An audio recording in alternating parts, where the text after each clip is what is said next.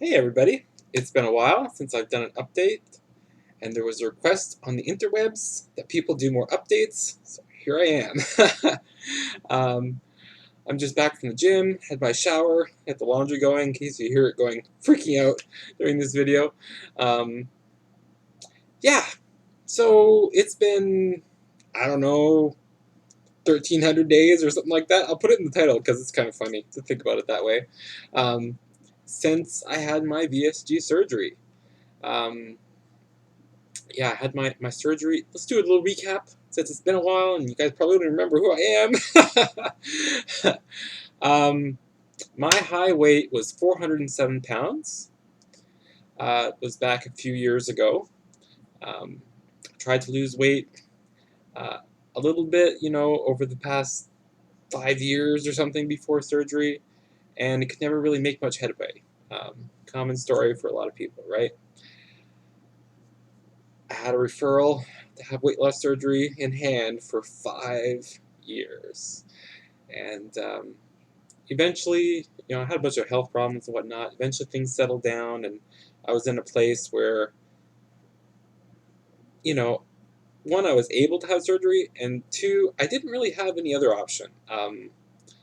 I have a autoimmune liver disease, and treatment of that caused a bunch of breakage in my back, collapsed vertebrae, and fractured vertebrae, and everything else. So I was at the point where I was, not immobile, but I was not very mobile at all. Um, so those two things, there's nothing I can do about it. So the only thing I could fix was my weight. So weight loss surgery was what happened. Again, I had the vertical sleeve gastrectomy, which is when they just make your stomach smaller. Like instead of being like I guess it's like a football or more like a rugby ball, I guess. It's closer to a banana. So, like 80% cut off, which some people think is drastic. I think it's fine, really, when you think about it. Um, so yeah, for that first year or whatever, really couldn't eat very much. Um, let's see, it took me about. I just looked at my numbers online, and over the course of about, let's see, 14 months, I lost I got down to a weight of 167 pounds. So that's 230 pounds. No, 233 pounds. Is that right? No. 240 pounds. Yeah, 240 pounds. Gosh, just to think math used to be my good subject, right? Yeah, 240 pounds from my high weight. So, yay me. um, And during that first year, most of the time I was around 800 calories. I wasn't doing the super low carb thing because fiber is very important, guys. If you aren't getting enough fiber in every day, you're doing it wrong. So in order to get that, 25 grams of fiber, and if you're eating sort of whole foods, that means 75 to 80 grams of carbs per day. You can't really go much lower than that and get enough fiber. It's just not possible. so so yeah, so it was like that maybe for the first 8 months or so. At the 6 month point is when I started in the gym, and that was actually the first time I've ever been in the gym. This is at the age of, let me see, that would be 41 years old. Um, I never stepped in a gym before, and I started going into the gym um, at 6 months after surgery. Um, and as I progressed in the gym, month after month, I increased my calories because I was working out probably too much, to be honest. I originally started out doing, I would go one day at gym, one day at home I would be doing on the incline treadmill. Um, and, I gradually increased the time. And after, I think towards the end of that first year, I was actually working out like 2 to 3 hours each day, which is maybe too much, but it was fine for me. I think what's important when you're working out, people always freak out. You're losing weight too fast. You're calorie deficit is too much. Well, if you're covered in fat, okay, let's just lay it out there. If you're covered in fat, your deficit really doesn't matter as much, okay? Fat is fuel. You want to burn that off. You need a deficit. But at the same time, it's important that you fuel your body enough before that workout so that you can do the workout without like passing out, and also after the workout that you fuel your body well enough so that you can recover. And also, you need to meet those immediate energy requirements after your workout, because you don't want it going after your muscle that you just tried to build, right? So timing of your food is sort of important around your workouts, at least at that stage. Yeah, so I was doing, again, sort of circuit training in the gym, treadmill, circuit training, repeat, repeat, repeat. And that worked out really well for me. And, I continued to lose weight and build muscle. Not a lot of muscle because it's really slow when you're at a deficit, even with all the fat you have at your disposal. But then I really love the gym. I love how I feel when I'm doing the gym. I love the satisfaction and accomplishment after I'm out of the gym. So I was hooked. I mean, that's basically it. I was hooked, and I'm still going to the gym almost every day. 6 days a week probably. I go to the gym for anywhere from 70 minutes to 100 minutes, somewhere in that region. Now I'm focused not on doing circuit training or cardio really. I just do strength training um, at as high weight as I possibly can. And that pace of exercise really fits me because, again, like I mentioned, I have this liver disease that's advanced to cirrhosis. So my energy recovery is not that great.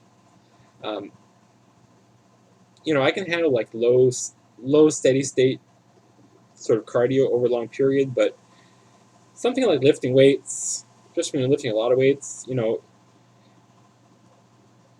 if you're not, so I take the strength training works for me because you lift really hard for 1 minute, then you take 2 to 3 minutes off, like between sets. So that pace really works for me. Um, it's a lot of sitting around in the gym, but that's fine. You got water there to drink. You're not going to be bored, right? And people to talk to, also.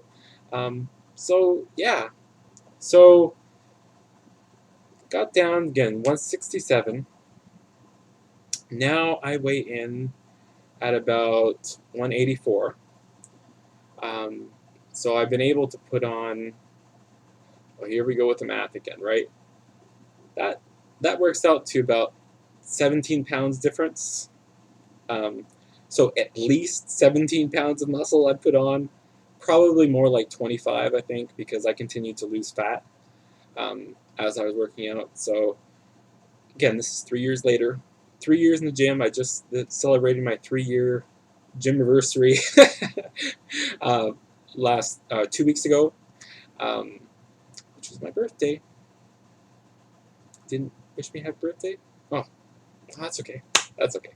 Um, yeah, so I love it. Things are slowing down in terms of the muscle gain at this point, because as a natural bodybuilder, I used to laugh when I think about myself that way because I don't really look like a bodybuilder, but that's what I do. That's my lifestyle now.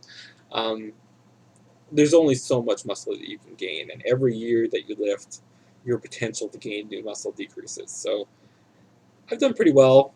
Things are a little bit slower now, but I enjoy it.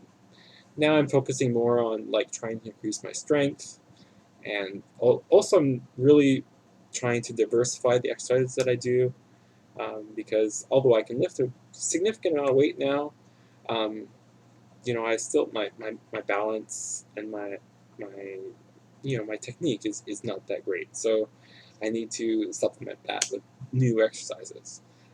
And new exercises are hard, so I only take like 1 or 2 at a time and supplement that into what I'm doing. But yeah, still loving it. Next stage of the journey, a bunch of you guys are probably wondering, you lost 240 pounds. How's the loose skin, Peter? It's freaking terrible. I mean, you can see just in this video, I'm not even showing you that I've got the turkey jowl, but I mean, that's the least of my worries. Let me tell you that right now. The skin is a major issue. I live in Canada, in Quebec. We have a minimal coverage for skin removal surgery, but I did qualify for 2 out of 3 ones that were possible with the RAMQ insurance, and that was the panelectomy and the chest resection, which is something that not a lot of people, not a lot of guys need, I guess, because they don't often lose that much weight.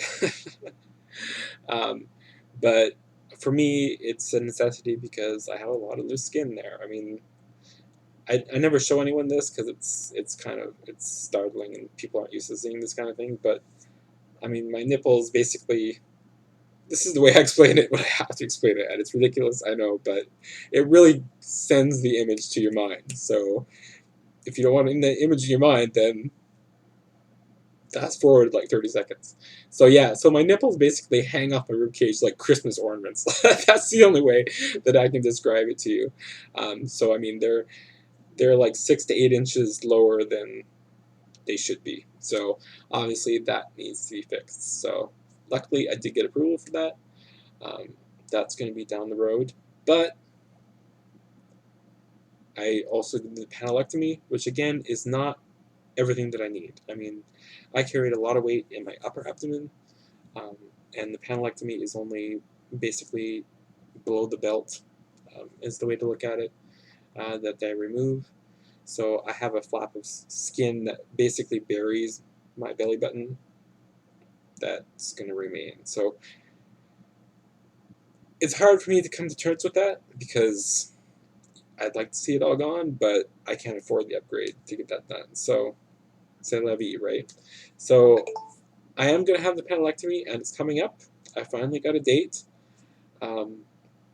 November 29th is my date as of now. They keep changing it, so that might change. But November 29th, I'll be having my panelectomy. Struggling with that mentally still, like I said, because it's difficult. I'm going to have to go through all the pain of surgery, and the recovery time, which I won't be able to go to the gym, which is like my lifeline right now. And yeah, and I'm still going to look basically the same. I'm still going to have my skin baby, which I kind of think of, which is that skin that gets held up by the umbilical cord, so it looks like I have like a little pot belly. And I'll still have a muffin top. That's not going to go away because that's, again, above the belt. And again with the skin, this is the numbers that really sends home how bad the situation is with actually showing you, because it's horrible and I don't want to show anyone that. I lost over 3 feet in circumference around the widest part of my belly. So 3 feet.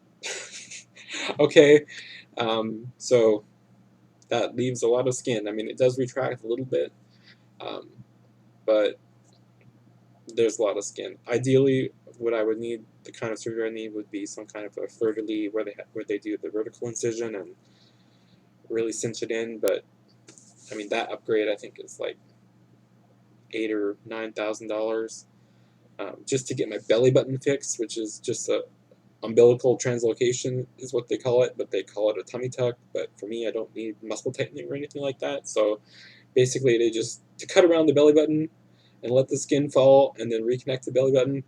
That costs $5,500. So, and I'm not working, I don't have credit, so that's not happening. So, panelectomy is what it is, and I'll have to be happy with that, or find peace with that. And my phone keeps going off. Well, people know that I'm trying to record a video, and it's already at 15 minutes. So yeah, so that's coming up.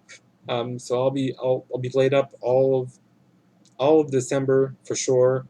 Um, Hopefully in January I'll be able to get in the gym and do like some very lightweight machine type work where I'm braced and with my belt on and all that kind of stuff.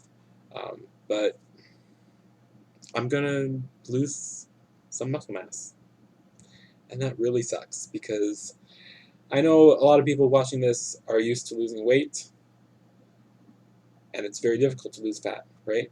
We work very hard to lose fat, and it takes a long time. But to build muscle is 10 times more difficult. Like, I'm telling that to people, like, it's 10 times more difficult to build muscle mass than it is to lose fat. Um, so I'm just gonna unplug my phone here because apparently that sound is because my battery's charged. It's like, thanks for letting me know. Yeah, so where was I? Yeah, I'm gonna lose some muscle mass. I'm gonna gain some fat. Um, I'm trying to come up with a strategy of how I'm going to deal with that and where to set my calories and all these kind of things. I know I'm going to have to clean up my diet quite a bit um, because right now I eat a lot of carbs and a lot of sugar because, again, I work out an enormous amount of time and I need it. Just to give you a ballpark number, I'm over 500 grams of carbs a day. Um, sometimes I get up to almost 200 grams of that as sugar, which as a weight loss surgery patient is astronomical. I mean, you guys are probably shuddering. It's like, how do you manage that? It's like, it's not hard. Well, it is hard actually because I eat basically all day long. Like every hour, hour and a half, 2 hours, I have a snack or a meal. But that being said,